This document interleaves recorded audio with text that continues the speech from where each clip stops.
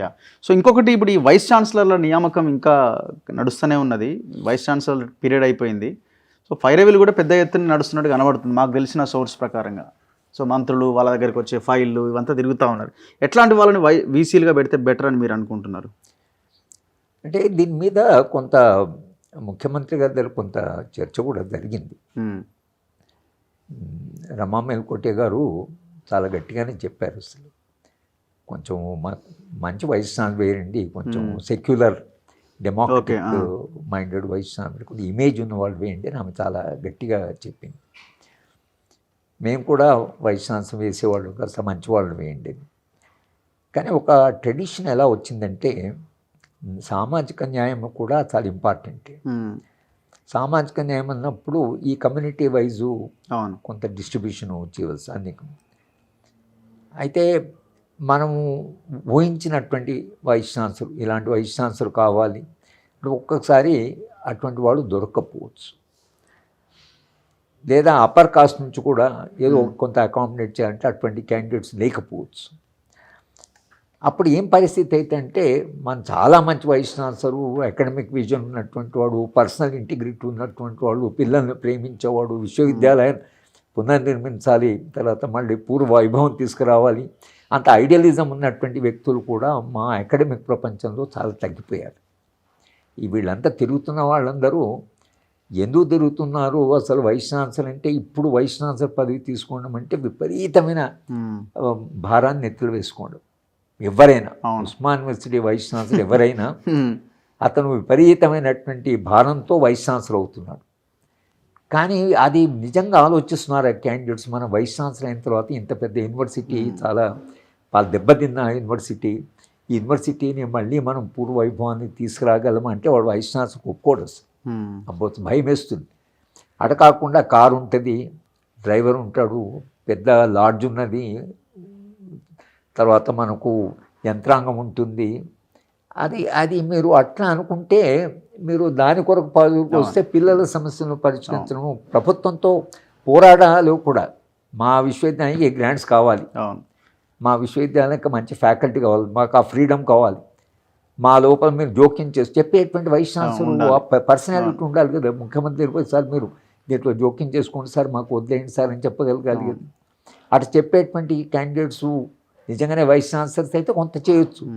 కానీ అటువంటి క్యాండిడేట్స్ ఇలా తిరగరు, వాడు తిరిగి వీడు వాడికి తిరిగి మాకు చేసేప్పుడు ఎమ్మెల్యే వెనక తిరిగితే ఎమ్మెల్యే పోయి చెప్తే నిజంగానే వీసీ అడుగుతారు. ఇప్పుడు ఎమ్మెల్యే చెప్పినట్టు నేను వినవలసి వస్తుంది, ఎందుకంటే ఎమ్మెల్యే వెనక తిరిగారు. మీరు అట్లా కాకుండా మీరు వైస్ ఛాన్సలర్ మీరు అవుతారా అని అంటే నా అలాంటి వాళ్ళని అడిగితే మాత్రం నాకు భయమే వేస్తున్నది. అది మనం ఏం చేస్తాం యూనివర్సిటీని, మనం ఏమైనా చేయగలమా అనే నాకు ఆలోచన ఉంటాయి. కానీ మనం చేయగలం, మనం ఏదో దాన్ని చేయగలం అనేటువంటి. అంటే వైస్ ఛాన్సలర్షిప్ అంటే అది బరువు, బాధ్యత.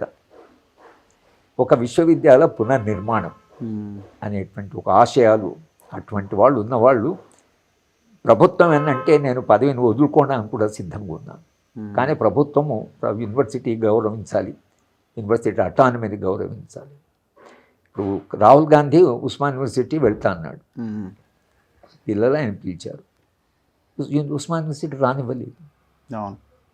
ఇవాళ రాహుల్ గాంధీ వస్తే కాంగ్రెస్ పార్టీ అధికారంలో ఉంది కాబట్టి మీరు రెడ్ కార్పెట్ వేసి ఆహ్వానిస్తారు. నేను అప్పుడు వ్యాసం రాసి ఎందుకు రానివ్వలేదని. ఆయన వచ్చి పిల్లల్ని ఉద్దేశించి మాట్లాడు, రాజకీయ నాయకుడు తమ రాజకీయాలు చెప్పుకుంటాడు. బీజేపీ రాజకీయ కిషన్ రెడ్డి కూడా వెళ్ళి మాట్లాడవచ్చు, ఎవరైనా వెళ్ళి మాట్లాడవచ్చు. అంటే దాని అంతే. మేము రానివ్వమంటే నేను వీసీని అడిగాను, ఎందుకు మీరంటే ఎగ్జిక్యూటివ్ కౌన్సిల్ డిసిషన్ సార్ అంటే. ఎగ్జిక్యూటివ్ కౌన్సిల్ అయినా ఈ డిసిషన్ ఎలా తీసుకుని యూనివర్సిటీకి ఒక ఆయన క్యాంబ్రిడ్జ్ యూనివర్సిటీ పిలిచి లెక్చర్ ఇప్పిస్తున్నారు, బయటపై ఆయన రాహుల్ గాంధీ లెక్చర్ ఇస్తుంది యూనివర్సిటీలో. మన ఉస్మాన్ ఆయనకు మాట్లాడడానికి అవకాశం ఇవ్వకూడదు. ఎవరు కిషన్ రెడ్డి గారు ఆయన మాట్లాడడానికి తప్పకుండా పిలవాలి. అంతే. అది కాంగ్రెస్కు ప్రోగా ఉన్న వైస్ ఛాన్సలర్ అయినా, ఒకవేళ భారతీయ జనతా పార్టీ వాళ్ళు వెళ్ళి నుంచి మా ఐడియాలజీ చెప్తామంటే ఆర్ఎస్ఎస్ చీఫ్ వచ్చాడు పిలవాలి. అంతే. కానీ మీరు మేము ఆయన పిలవం ఈయన పిలవం కాదు, అన్ని మాటలు పిల్లల్ని వినివ్వండి. ఘర్షణ జరగాలి. అందుకనే నెహ్రూ గారు ఏముందంటే విశ్వవిద్యాలయం అంటే ఇది బ్యాటిల్ ఆఫ్ ఐడియాస్ అన్నాడు, భావాల ఘర్షణ. కనుక అన్ని ఘర్షణలు ఉన్నటువంటి వాళ్ళు రావాలి. కానీ ఏ వైస్ ఛాన్సలర్కు అంత ధైర్యం ఉంది? ప్రభుత్వం ఇష్టపడినటువంటి వాడిని పిలిచి, సార్ అది మా ఆటానమీ సార్, మా పిల్ల మాట్లాడుచుకునే అది మా స్పేసు, అది మీ ప్రభుత్వానికి వాళ్ళు విమర్శ కావచ్చు కానీ విశ్వవిద్యాలయంలో పిల్లలు మాత్రం అది విమాలి అని చెప్పేటువంటి అసలు ధైర్యం కానీ విశ్వాసం కానీ అంత స్టేచర్ కానీ లేదా పదవిని వదులుకోవడానికి సంసిద్ధత కానీ ఇది చేయకపోతే నాకు నేను మేనేజ్ చేయలేను, థ్యాంక్ యూ వెరీ మచ్ అని బయటకు వచ్చేసేయాలి. అలా ఎవరున్నారు అసలు? అంత కాంప్రమైజ్ చేసుకున్నటువంటి అయితే అది జనరల్ కొలాప్స్. నేను ఒక ఇండివిజువల్గా ఎవరిని అనడం లేదు, మొత్తంగానే ఒక రకమైన అకాడమిక్ వ్యవస్థలో ఒక సంక్షోభం ఉంది. కానీ ఉన్న వాళ్ళు కాస్త మెరుగైన వైస్ ఛాన్సలర్ వేస్తారని అనుకుంటున్నాం మేము. కొంత మెరుగైన వాళ్ళు మరీ కేసీఆర్ లాగా ఆర్బిట్రరీగా తన ఇష్టం వచ్చిన వాళ్ళని వేయకుండా కాస్త సామాజిక న్యాయం పాటిస్తూనే ఆ సామాజిక న్యాయానికి అనుగుణంగా ఆ వర్గాల్లో ఉండేటువంటి మెరుగైన వాళ్ళు, కాస్త ఆనెస్ట్గా ఉన్నవాళ్ళు, ప్రొఫెసర్గా కొంచెం మంచి పేరు ఉన్నవాళ్ళు, ఇంటిగ్రిటీ అటువంటి వాళ్ళు కొంత దొరుకుతారు, కొంచెం మన వెతికితే దొరుకుతారు. అటువంటి వాళ్ళని వేస్తే బాగుంటుంది, కొంత దానికి అవకాశం ఉందేమో అని నా అలాంటి వాళ్ళము